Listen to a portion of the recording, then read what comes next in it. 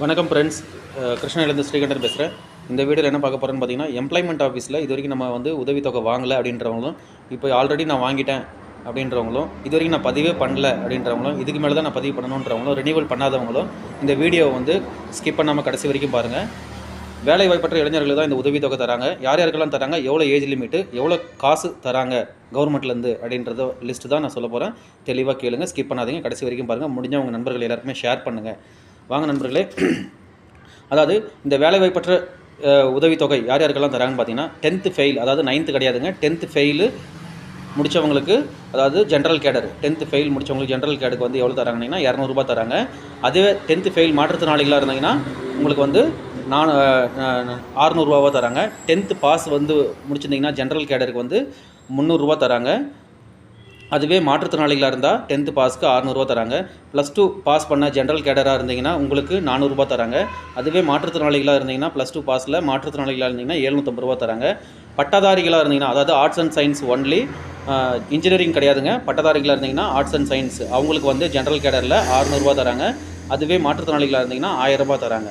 இது எல்லாம் ஆல்ரெடி வாங்கிட்டு இருந்தீங்கன்னா கண்டினியூ பண்ணிவிட்டு, அதாவது 3 இயர்ஸ் வருங்க, 3 இயர்ஸ் கண்டினியூ பண்ணி முடிச்சிட்டிங்கன்னா நீங்கள் மறுபடியும் வாங்காதீங்க, உங்களுக்கு வராது, நாட் எலிஜிபிள். இது வரைக்கும் நான் வாங்கவே இல்லை, நான் பதிவு பண்ணி எம்ப்ளாய்மெண்ட் ஆஃபீஸில் பதிவு பண்ணி 5 வருஷம் கரெக்டாக நான் ரினியூவல் எல்லாம் வச்சுருக்கேன், என்னுடைய பதிவுகளெல்லாம் கரெக்டாக இருக்குன்றவங்க அந்தந்த தமிழ்நாட்டில் எல்லா மாவட்ட வேலைவாய்ப்பு அலுவலகங்கள்லேயும் அந்த அப்ளிகேஷன் தராங்க. சப்போஸ் உங்களால் நேரடியாக போக முடிஞ்சதுன்னா நேரடியாக போய் வாங்குங்க. அப்படி இல்லைனா ஆன்லைனில் www.tnvelaivaaipu.gov.in என்ற வெப்சைட்டில் போய்ட்டு நீங்கள் டவுன்லோட் பண்ணி, ஜென்ரல் கேடராக இருந்தீங்கன்னா விஓஓ ஆர்ஐ கிட்ட சீல் அண்டு சைன் இது ரெண்டுமே மென்ஷன் பண்ணிவிட்டு வாங்கிட்டு போங்க. அப்படி ஜென்ரல் கேடரு யாராவது ஒருத்தர்கிட்ட, விஓஓ கிட்டேயோ இல்லை ஆர்ஐ கிட்ட யார்கிட்ட அது வாங்காமல் ஒருத்தர்கிட்ட மட்டும் சைன் வாங்கிட்டு போயிருந்தீங்கன்னா அது நாட் எலிஜிபிளுங்க, ரிஜெக்ட் பண்ணிவிடுவாங்க. அதனால் குறிப்பிட்ட 2 பேர்கிட்டையும், விஓஓ ஆர்ஐ 2 பேர்கிட்டையும் சீல் போட்டு கையெழுத்து போட்டு வாங்கிட்டு போங்க.